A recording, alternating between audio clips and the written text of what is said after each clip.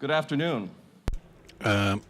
Buenas tardes, señoras y señores, nuestros invitados. Bienvenidos al panel sobre el panorama económico global. Soy Eric Shastras de Bloomberg Televisión y soy su moderador hoy, con mucho gusto. Este tópico, por supuesto, hace parte del Foro Económico Mundial. Es lo que llamamos algo, un tema siempre actual.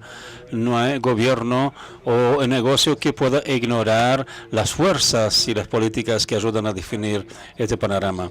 A veces mejor, a veces para mejor, a veces para peor. Tenemos la felicidad de tener un destacado grupo de panelistas.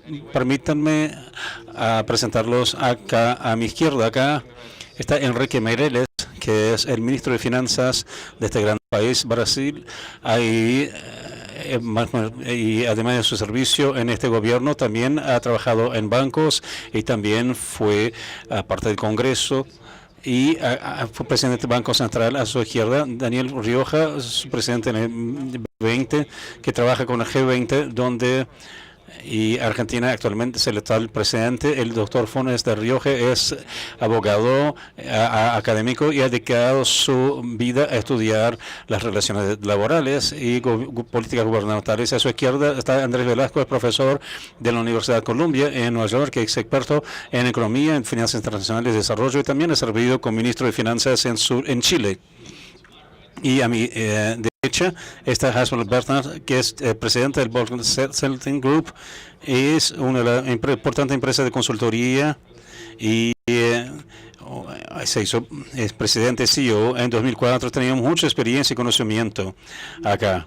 Me gustaría recordar a nuestros panelistas e informar a nuestra audiencia que a lo largo de la discusión hoy tenemos un compromiso de responder en la pregunta central: si los hacedores políticos están listos para los cambios en el flujo de capital en este ambiente. En nuestro plan es hablar como panel por alrededor de 40 minutos y después les voy a pasar la palabra a ustedes, miembros de la audiencia, para que hagan sus propias preguntas. Entonces, cuando llegue el momento, no se cohiban. Pedimos que por favor silencien sus celulares y vamos a empezar. La mejor manera de empezar es tal vez al establecer algún contexto para la discusión.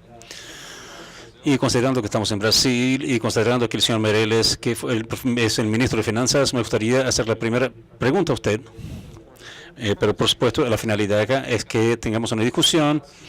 Entonces no me van a ver haciendo la misma pregunta repetidamente los diferentes panelistas. Están aquí para hablar unos con los otros. Entonces, señor ministro, si puedo, ¿cuán sana está la economía global? ¿O le parece más sana de lo que realmente está por causa de en muchos casos la recuperación está lenta? Me parece que la economía mundial le va bien. De un punto de vista, me parece que el crecimiento sigue en un ritmo moderado. Me parece que el principal riesgo que enfrentamos es el de algunos bancos centrales que se pongan por detrás de la curva, lo que quiere decir que si permiten que la economía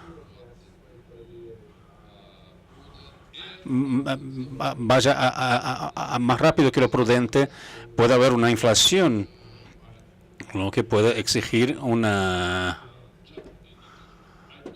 salto de las tasas de interés. No me parece que ese es el escenario más probable. Lo que básicamente pienso es que tenemos que ver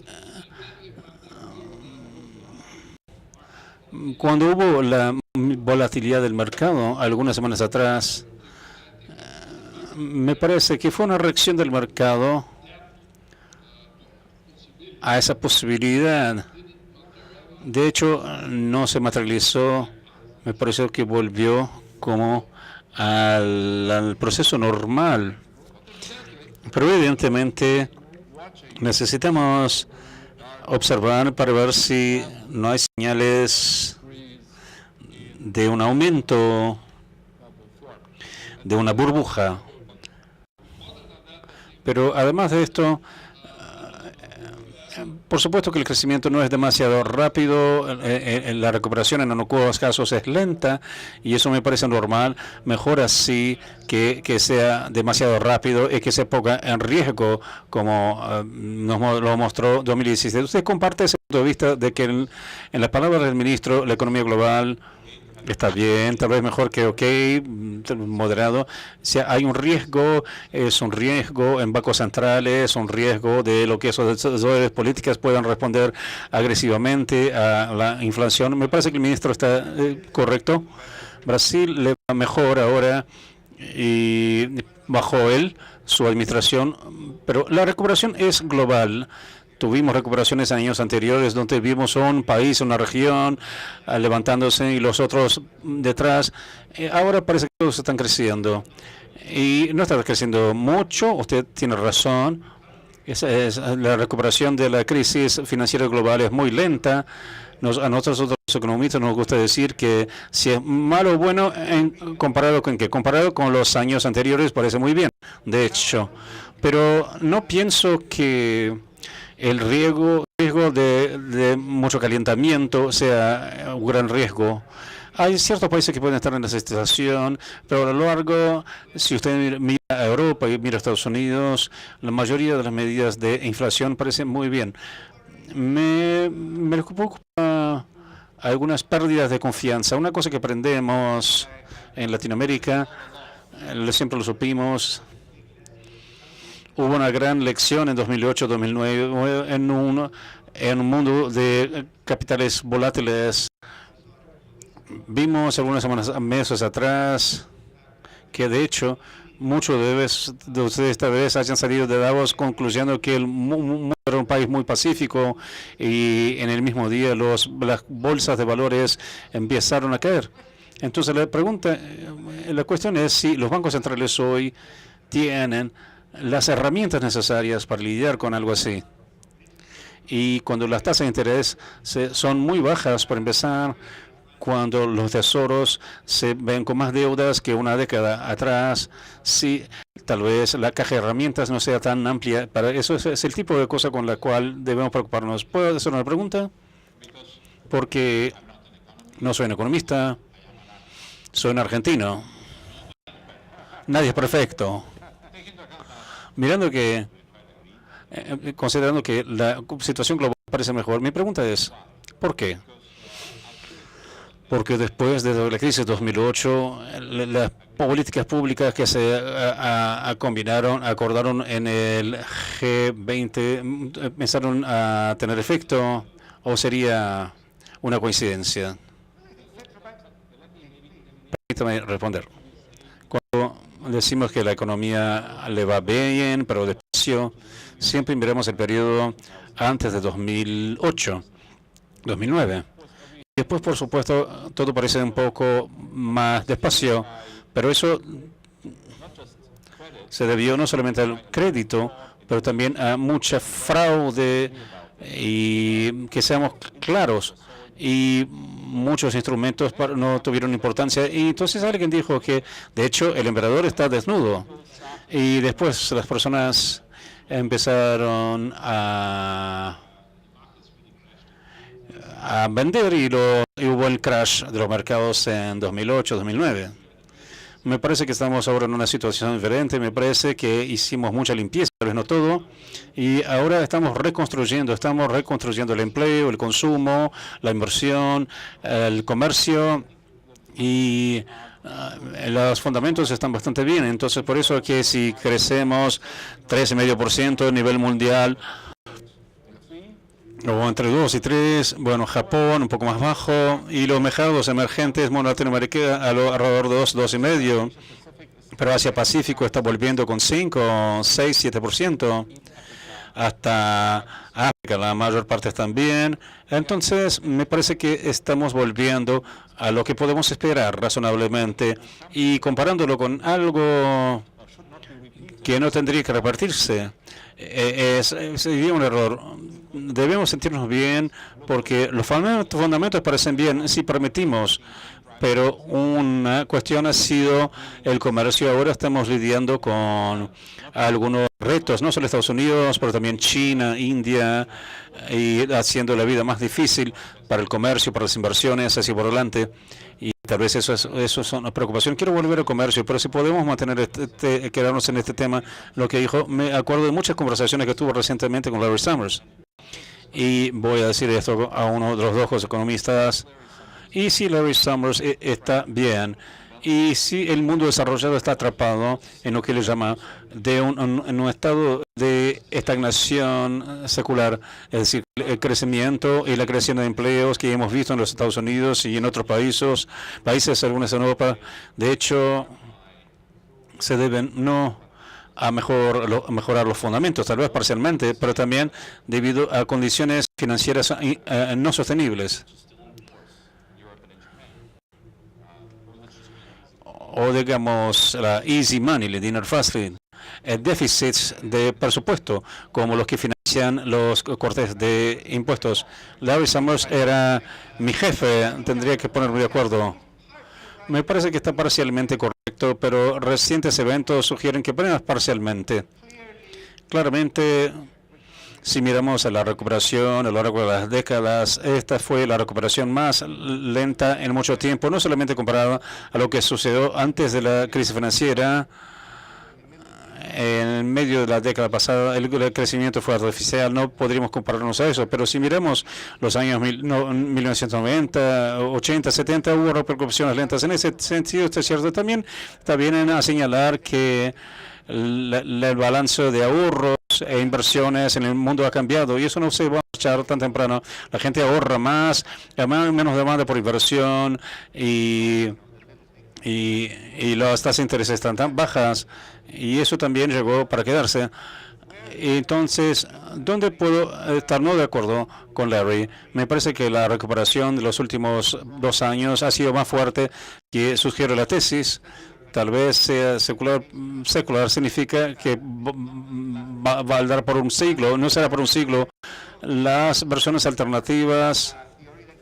Hay una teoría también que dice que no fue totalmente secular, pero fue muy despacio, por una recuperación no solamente de una recesión, pero también de una recesión más una crisis financiera. Y por supuesto están reduciendo, hay una reducción de deuda, eso es más largo. Bueno, permítame mostrar el ejemplo de Brasil, que conozco más. Cuando empezamos a salir de la recesión en 2016, la confianza mejoró mucho, todo el proceso pareció que estamos mirando la situación en el sentido de que la economía empecía a caminar más rápido, pero tardó más que lo que esperaban muchos analistas. ¿Y por qué se debió? Porque estábamos en el proceso de las empresas perdiendo esa palanca y después de esto la economía empezó a crecer, a recuperarse y tenemos que mirar condiciones específicas y entonces Brasil creció como resultado de eso y ahora este año, por ejemplo, debo hablar de otro punto que es la tendencia de crecimiento del PIB, el potencial, el crecimiento potencial.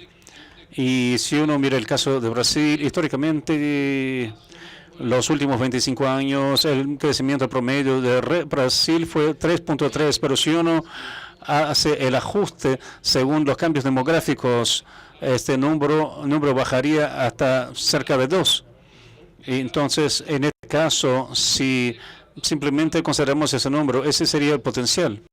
Pero tenemos una laguna, tenemos una capacidad de crecer porque la recesión condujo se llevó una buena porción de la economía no utilizada, para no quedar en términos técnicos. Pero después tenemos algún espacio para llenar ese gap, esa laguna, sería la capacidad ociosa de la economía. Y después tenemos algún espacio para crecer en índices más altos que el potencial. Por otro lado, estamos trabajando en reformas estructurales Entonces, es viable que después que hayamos llenado esta laguna, que tal vez sean 3, 4 años, las reformas estructurales ya hayan empezado a aumentar el potencial, lo que quiere decir que el país sigue creciendo en índices más altos, de manera más estructurada. ¿Cuál es mi punto respecto a los Estados Unidos? El desempleo ya está en 2.1. Por supuesto que es una intriga que hace pensar si hay crecimientos más altos, tendrían que venir de aumento de productividad, de mejor uso del trabajo, porque por supuesto que los resultados de intentar hasta en los Estados Unidos de trabajar en un índice de desempleo que esté por debajo del índice natural, digamos, o lo que sea posible, eso condujo a problemas y me parece que esa es una situación interesante. Nosotros entonces podríamos intentar separar cuál es qué es demasiado lento, demasiado rápido, etcétera.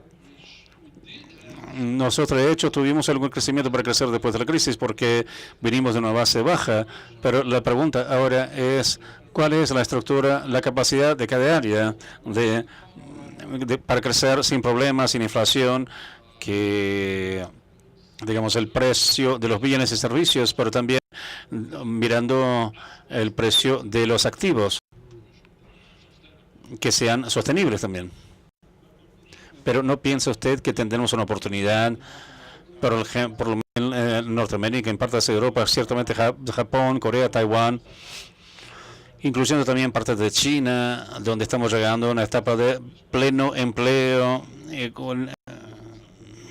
en Estados Unidos todavía haya espacio aún para crecer, después podremos ver los aumentos de productividad volviendo. También tal vez seamos capaces de tener índice de crecimiento de 3%, tal vez más alto. Y con relación y puede demostrar que hay oportunidades y puede volver la productividad. No digo que vaya a suceder, pero espero que veamos señales de esto, porque ahora estamos llegando a algunas paredes en términos de empleo, capacidad, etcétera. Espero también, pero no hago mi apuesta. Pienso que los economistas alrededor de la mesa tienen que confesar que no tenemos una buena teoría que hay una línea de un economista americano que decía algo así. Vemos los efectos de la innovación en toda parte, menos en los números de productividad. Y entonces, si miramos la productividad en el mundo todo, si miramos a Latinoamérica, el número de productividad en las últimas décadas no ha sido tan buenos. Tal vez esta nueva ola de innovación puede hacerlo, pero las olas anteriores no lo hicieron enteramente. Entonces vamos a esperar, pero no voy a apostar mucha plata en esto. Un fundamento es que es verdad que las crisis anteriores eran una crisis de deuda privada y hoy las finanzas privadas parecen mejores. Lo que cambió es que ahora tenemos mucha deuda pública en el mundo. Nosotros latinoamericanos miramos el mundo, nosotros teníamos el grandes teos y Estados Unidos y Europa no. Y hoy Brasil tiene 60% del PIB, Chile 20%, Alemania tiene 65% de la deuda pública. Bueno, Japón tiene 180. Entonces, no hemos cambiado. Esta deuda no es un problema porque hay costos de la deuda. Si los bancos centrales endurecen, si las tasas de interés reales suben, podemos tener otra vez un problema de deuda. Hay algo que poner un ojo. Es exactamente lo que pienso cuando miramos las principales economías, en el sentido de que con las tasas de interés tan bajas puede hacer que la sostenibilidad de la deuda sea más viable. La pregunta es, cuando volvamos al normal, a una política monetaria normal, ¿qué nivel de sostenibilidad tendremos en esas deudas públicas? Me parece que es la pregunta crítica, particularmente cuando analizamos una situación como la de la más reciente reforma fiscal en Estados Unidos y cuando vemos el aumento de la deuda pública en el futuro, porque el dólar es una moneda de reserva, pero la pregunta es ¿cuál es el límite? Y esa es la pregunta. Es una oportunidad conveniente para mí. Empezando algunos términos, ¿cuánto tiempo les parece que tardaremos para llegar a un tiempo de política monetaria estable y normal? Creo que varía. No, en el sentido global. Yo creo que un par de años quizás. En teoría, no digo de que esto necesariamente es lo que va a suceder exactamente dentro de este marco de tiempo, pero depende de las decisiones de los bancos centrales. Entonces, esta es mi idea de cómo debería ser el periodo, el marco de tiempo. Pero evidentemente ese es el punto. Si los bancos centrales van a estar más allá de la curva, abajo de la curva o dentro de la curva. Si tuviéramos esa respuesta no habría problema, todo el mundo lo haría bien, correctamente, y no habría crisis. En Japón, por ejemplo, vamos a ver tasas de interés cero por mucho tiempo. Y el señor Kuroda estaba hablando sobre la normalización. No, normalización para Japón es 0%. En Europa, creo que podríamos llegar a ver unos 5 o 6 años más. Usted, cuando dice un par, ¿serían 2 o más? Yo creo que no Italia, Grecia u otros países podrían llegar a pagar 5, 6, 7% tasas de interés en su deuda, porque realmente significaría que el déficit de ellos saltaría por arriba del techo, habría otras crisis y perderían confianza. Por eso los bancos centrales europeos tienen que mantener las tasas de interés bajas. Quizás suben a 1%, 1,5%, pero no mucho más de eso. Estados Unidos puede ser un poco diferente, pero diría que tardaría un poco de tiempo para volver a lo que llamamos normal. Y las personas tienen diferentes ideas sobre lo que es normal. Básicamente el para aquí es el largo plazo. No, sí, está totalmente correcto sobre lo que es normalización. Alrededor del mundo, Estados Unidos es más rápido, Europa más lento y Japón más lento todavía que Europa. Pero vamos a hablar sobre economía, las tasas reales de interés y las nominales. Si normal significa una tasa de interés real positiva y fuerte, puede suceder rápidamente en Brasil y en otros lugares, pero una tasa de interés real positiva no la veo hasta los próximos 3 o 4 años, quizás un poco más. Es exactamente el punto de lo que yo estoy diciendo. Normal con un periodo de tiempo de moratoria, no estamos hablando de lo mismo. Ese es el punto.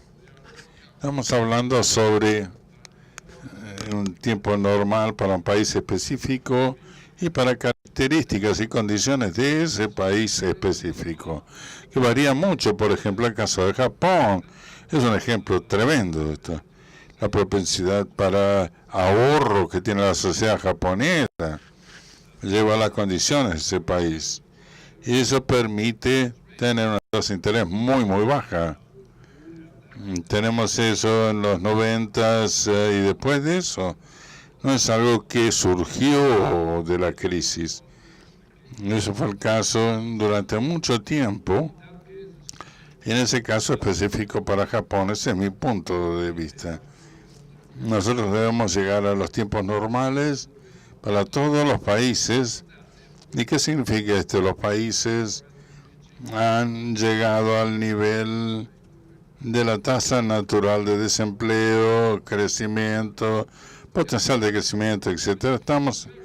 Que puede variar este equilibrio Cuando yo entré en el gobierno de Brasil, el Banco Central, la tasa real de interés era positiva, era 14%. Ahora es 3%.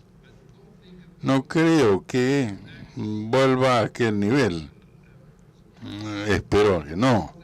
Pero lo que estoy diciendo es que la tasa de equilibrio neutral para Brasil está cayendo. Entonces, el reto es, en el caso de Brasil es exactamente para que los bancos centrales determinen qué esa tasa es y la equilibren. Usted mencionó antes las reformas estructurales y con certeza en el caso de la región latinoamericana tenemos una lista de compras, digamos así, del mercado de trabajo, por ejemplo, de la productividad, con seguridad. En los últimos años sí, estoy de acuerdo, pero con esta revolución tecnológica creo que va a tener un impacto, con seguridad, pero también debemos tener un sistema de jubilatorio y de reformas de trabajo que no pueden ser evitadas, si no vamos a una velocidad diferente.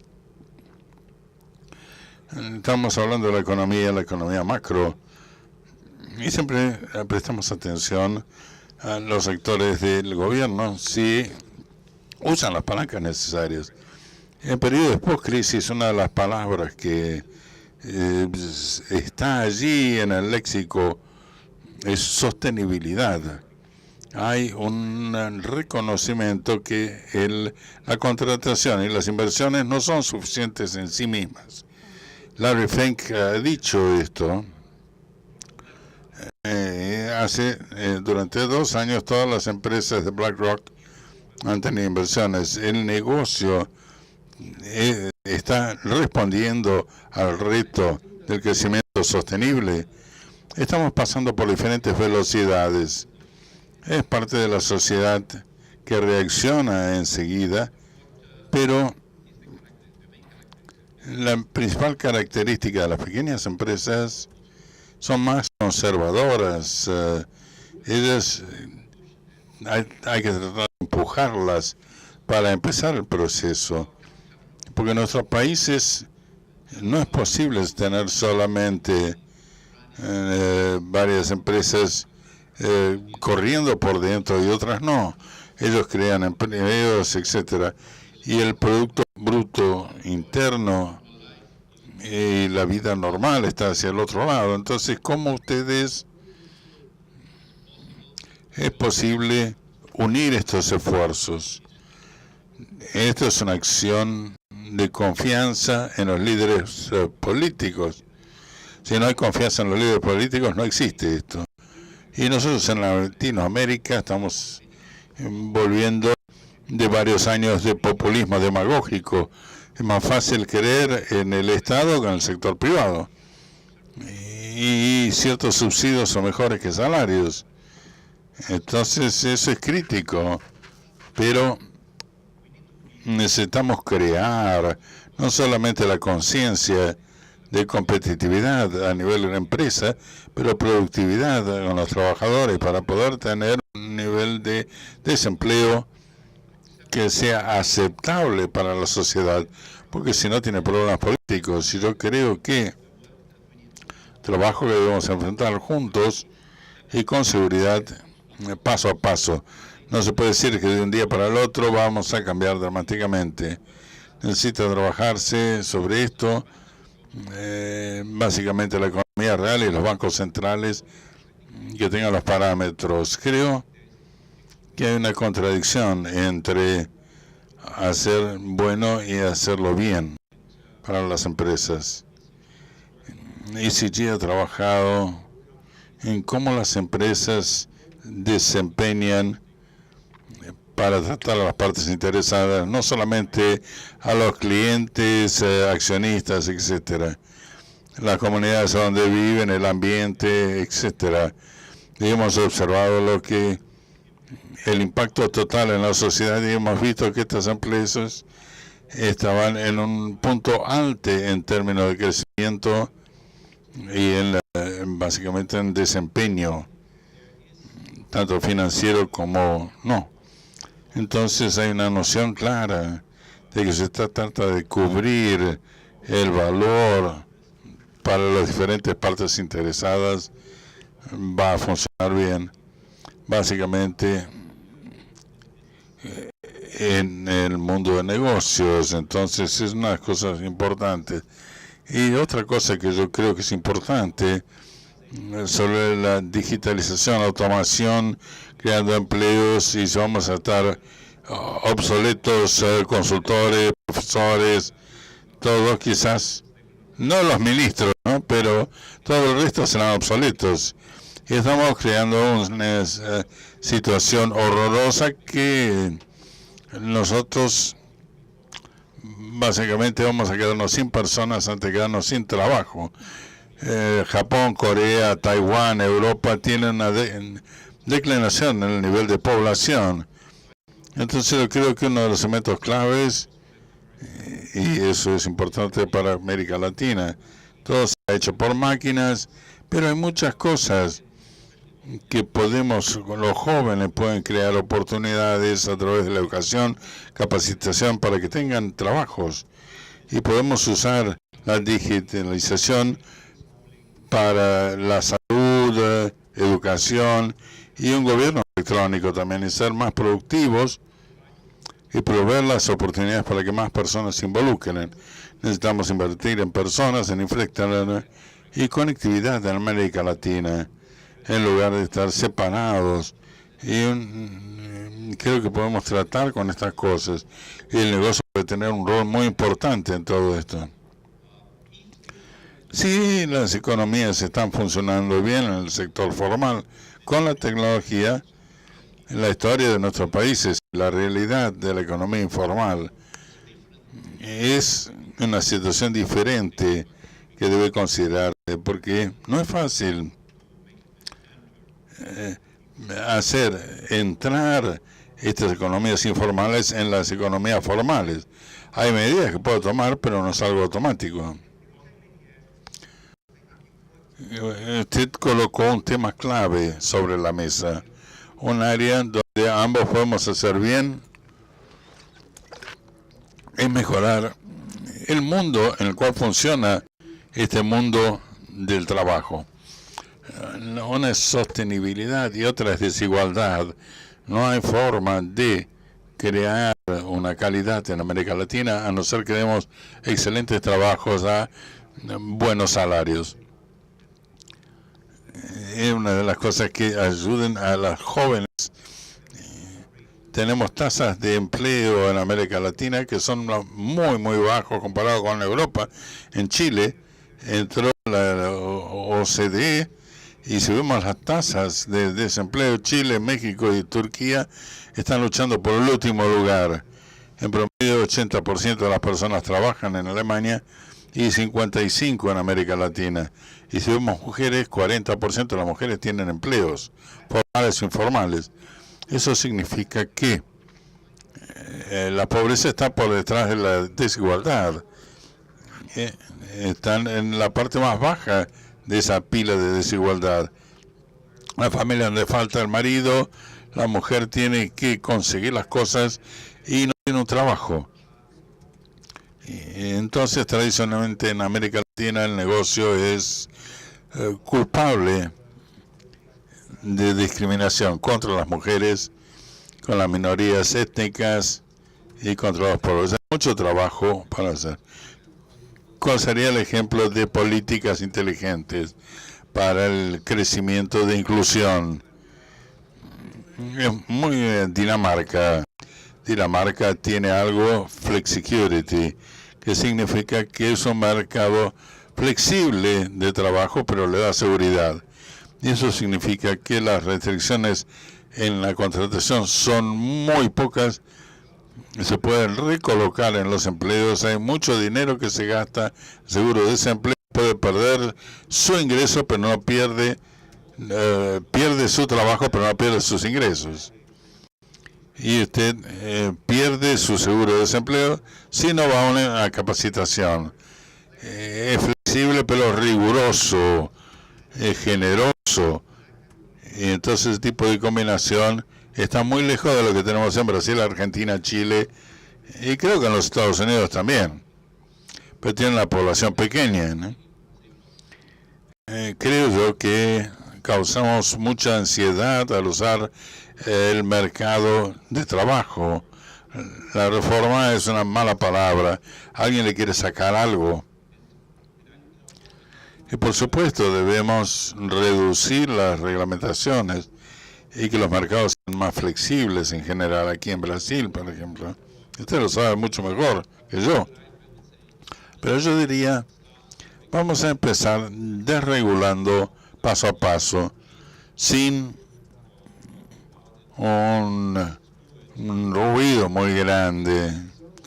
Eso genera mucha ansiedad.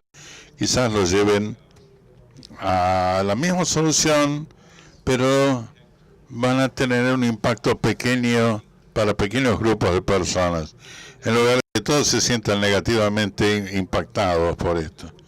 Es un punto interesante que volver al tema de la pregunta inicial. Si el negocio está preparado para aumentar la productividad y un crecimiento sostenido, la clave con América Latina, Dinamarca, etcétera, es la interacción entre el negocio y el marco en sí. Si trabaja en algo y qué influencia el tema de discriminación, por ejemplo, que se mencionó por Andrés, los temas culturales, el nivel de educación también es otro importantísimo. Un país como Corea del Sur, por ejemplo, el cambio más importante que sucedió en Corea del Sur fue el aumento en la calidad de la educación y el número de personas bien capacitadas, y ese fue el principal impulsor, y tomar ventaja con esto. Y eso fue un tema muy importante en el trabajo. Por ejemplo, en Brasil era el caso hace 2 años o menos, que la misma empresa trabajando en Brasil o en algún otro país que tenían una legislación más avanzada sobre el trabajo, el número de litigios aquí era 25 o 30 veces más alto. No voy a usar la palabra reforma.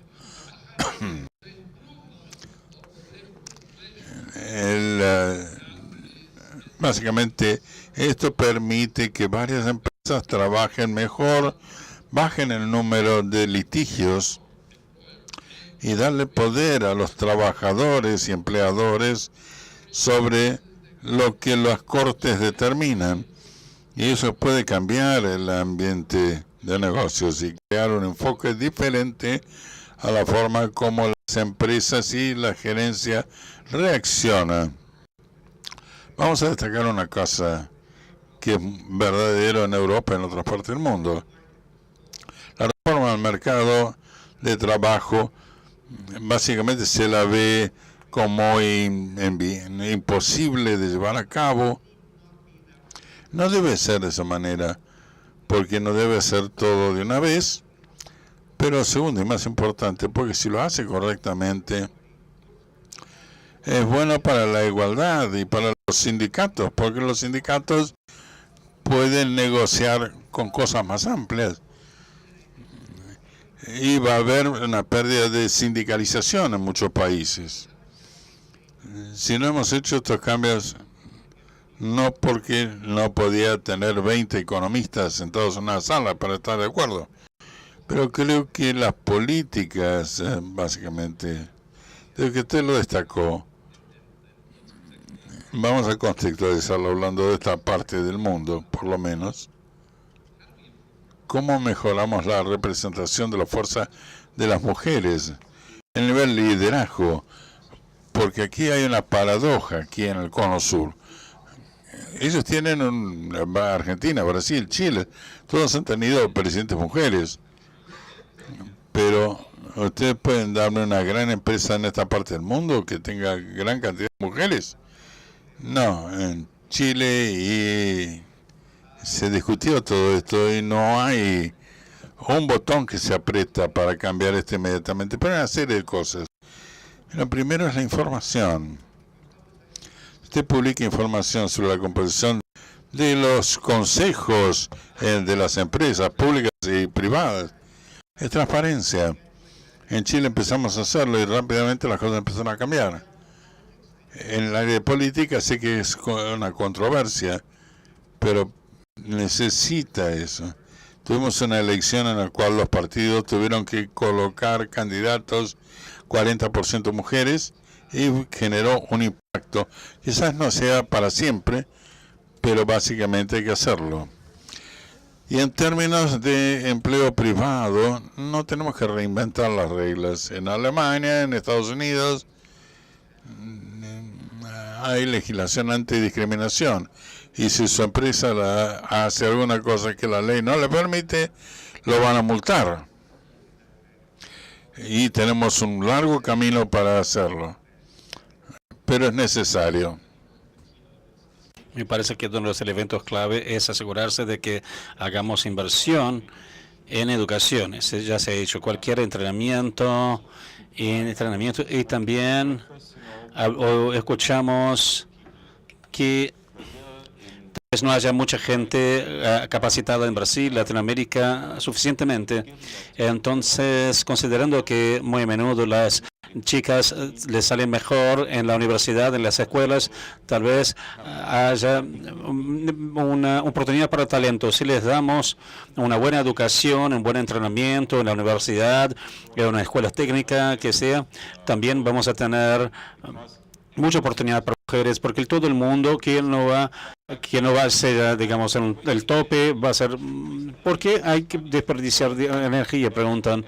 Entonces, tengamos eficiencia energética, eficiencia de recursos, vamos a buscar los talentos y vamos a garantizar que esto funcione. Y necesitamos invertir mucho más en la parte de educación. Y después automáticamente entonces pienso que veremos que las cosas van a mejorar, como hemos visto en Norteamérica y en Europa, que también hemos visto en Asia bastante, en China, en Japón empezando también, pero también en el sudeste asiático vemos mujeres y lentamente también en India. Primeramente me gustaría aclarar una cosa. Tenemos todos los instrumentos internacionales para evitar la discriminación. Legalmente hay un buen marco legal. En la realidad estamos lejos. Primeramente por razones culturales, en algunas regiones son reluctantes. Estaba en el grupo de los empleadores en la OIT, en África, Asia. Había problemas y esos problemas siguen. Ciertamente la educación es la manera de transformar, pero es un proceso largo. Me parece que la segunda cuestión,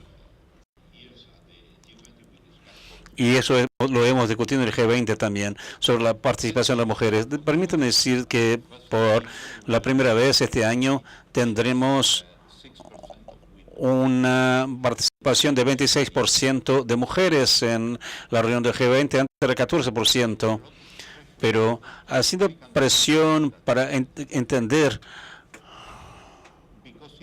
porque ciertamente hay cuestiones de agenda, algo que hay que compatibilizar empleos y otras actividades. Y pienso que eso es un proceso y tiene que ser una de las banderas de la globalización. No podemos aceptar en un mundo global que permanezca una discriminación así.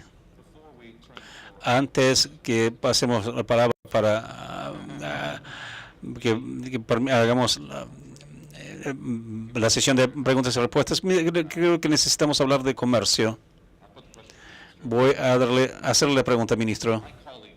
Mis colegas en Bloomberg Economic han estimado que puede haber una guerra comercial que va a costar un precio muy alto en la economía global. ¿Es ese nuestro destino? Escuchamos que Brasil está considerando medidas de retaliación y eso podría aplicarse al acuerdo de cielos abiertos con Estados Unidos, la negociación entre Boeing y Embraer. ¿Y con qué seriedad los países necesitan pensar en retaliación? Y si hay retaliación, ¿vamos a tener una guerra comercial? Dos cosas. Vamos a separar las cuestiones acá. La primera, digamos, la reacción a esa medida específica, sí, la de aluminio y acero, evidentemente que es negativo. Me parece, para empezar, para la industria americana, porque se hace más cara las importaciones de acero y de aluminio en la mayoría de los países, y también para los consumidores americanos y también para los exportadores en algún momento. Globalmente, el nivel de productividad tiene una baja. Tal vez una o dos industrias, algunas industrias específicas pueden ganar con eso, pero en su totalidad la industria americana pierde de mi punto de vista y evidentemente el acero de Brasil. Y habiéndolo dicho, en términos de cuál es la reacción, por supuesto que estamos pensando en ir a la Organización Mundial del Comercio, dependiendo de cómo también otros países deciden otros países, si queremos actuar en conjunto. Y al mismo tiempo, el gobierno americano habla de negociaciones. Y la pregunta es, ¿de qué negociaciones están hablando? ¿Y qué quieren negociar? Y eso es exactamente el punto. La posición tiene que hacerse clara. O necesitamos, el terreno tiene que hacerse más claro para todas esas discusiones. Habiéndolo dicho, vamos a volver ahora a la situación. Yo espero, tal vez espero que el mundo no entre en una guerra comercial. Ya lo hicimos en el pasado, en los años 1930. Hubo un pésimo resultado y tenemos una gran experiencia en Brasil. Tuvimos una economía protegida. Tuvimos algunas de las más altas tasas en el mundo para diversos productos durante mucho tiempo. Ahora Latinoamérica tiene tasas más altas que otras regiones. No hablo de Chile específicamente, no necesariamente. Y en el caso de Brasil, seguro. Y ese fue el caso. Y eso no fue necesariamente bueno para Brasil. El hecho de que la economía estaba cerrada. Ahora estamos exactamente en el camino opuesto.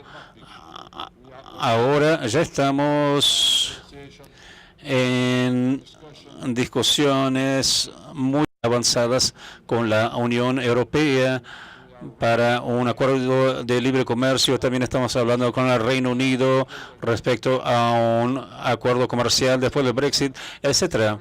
Entonces, me parece que ese es el camino. No retaliar. No estamos discutiendo exactamente qué hacer ahora, pero no pienso que sea necesariamente la mejor solución.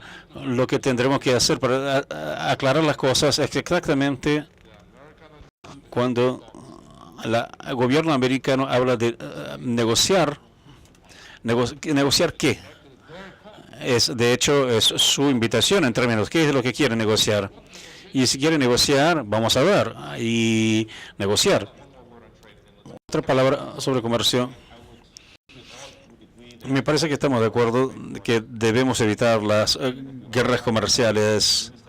El ministro aclaró que la sustitución de la política de sustitución de insumos por décadas no mejoró las cosas en Latinoamérica. Tengo miedo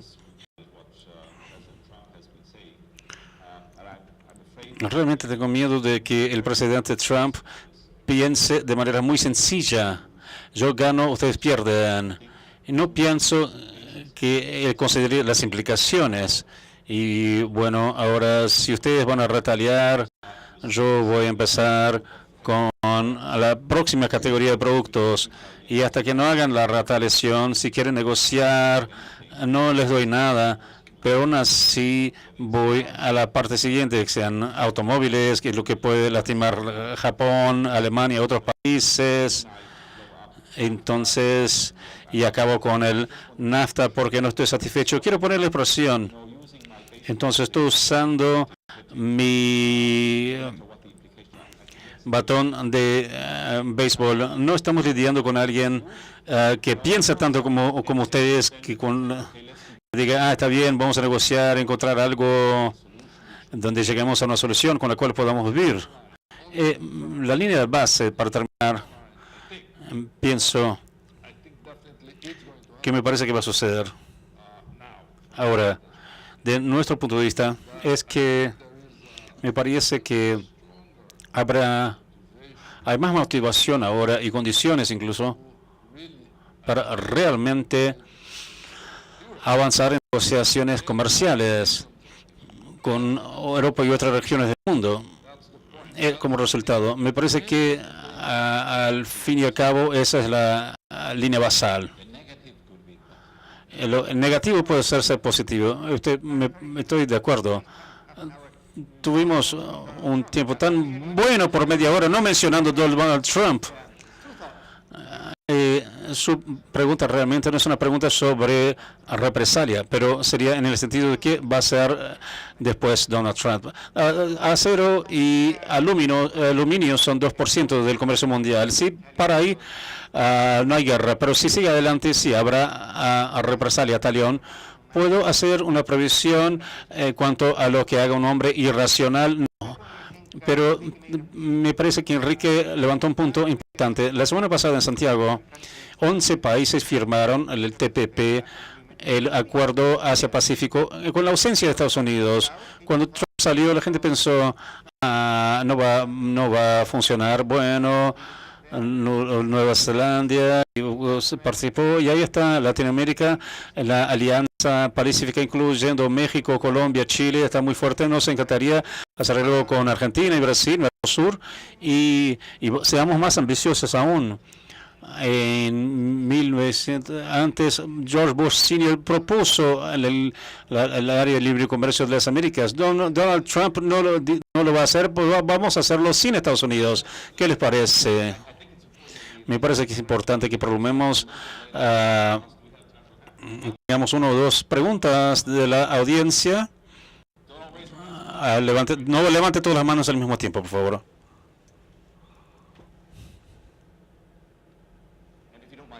Y por favor, identifíquese. Mi nombre es Andrea, soy de Bolivia. Y ¿por qué un grupo de hombres está hablando de problemas de mujeres? ¿Por qué no invitan a una mujer para hablar de problemas de mujeres? ¿Puedo ayudar a responder esa pregunta? De hecho, es una excelente pregunta y le puedo responder de 2 maneras. Hablando en nombre del Foro Económico Mundial, y estoy familiarizado con los esfuerzos. Han sido hechos esfuerzos para atraer por lo menos una o más mujeres para este escenario. Infelizmente no fuimos exitosos, y espero que en el futuro la oportunidad de hablar de esto de esta manera pueda inspirar más mujeres a que digan sí a la invitación y que se junten a conversaciones así. Entonces, realmente no es algo que ignoramos. Y en segundo lugar, debo decir que es una pregunta justa, pero no es realmente un pero. Y espero que hable en nombre de todos nosotros acá. Las mujeres y hombres tienen que resolver esa cuestión. Las mujeres solas no pueden resolver el problema. Los hombres tienen que resolver el problema en nombre de las mujeres también. Sería mucho mejor si lo hiciéramos juntos. Y también añado que, evidentemente, ese tipo de discriminación que aún hay contra mujeres es muy serio porque por razones obvias, pero además también tenemos que hablar sobre todo tipo de discriminación que exista. Pero el hecho de que estemos hablando acá sobre esto es mejor que si no se hablara sencillamente. Ese es el punto. Me parece que es el punto crítico más importante. Pero usted tiene razón. La próxima vez tendremos que tener una. Hay una campaña internacional de He for She también. Y bueno, entonces, señores y señores, damas y caballeros, por favor, vamos a agradecer a nuestros panelistas por su contribución.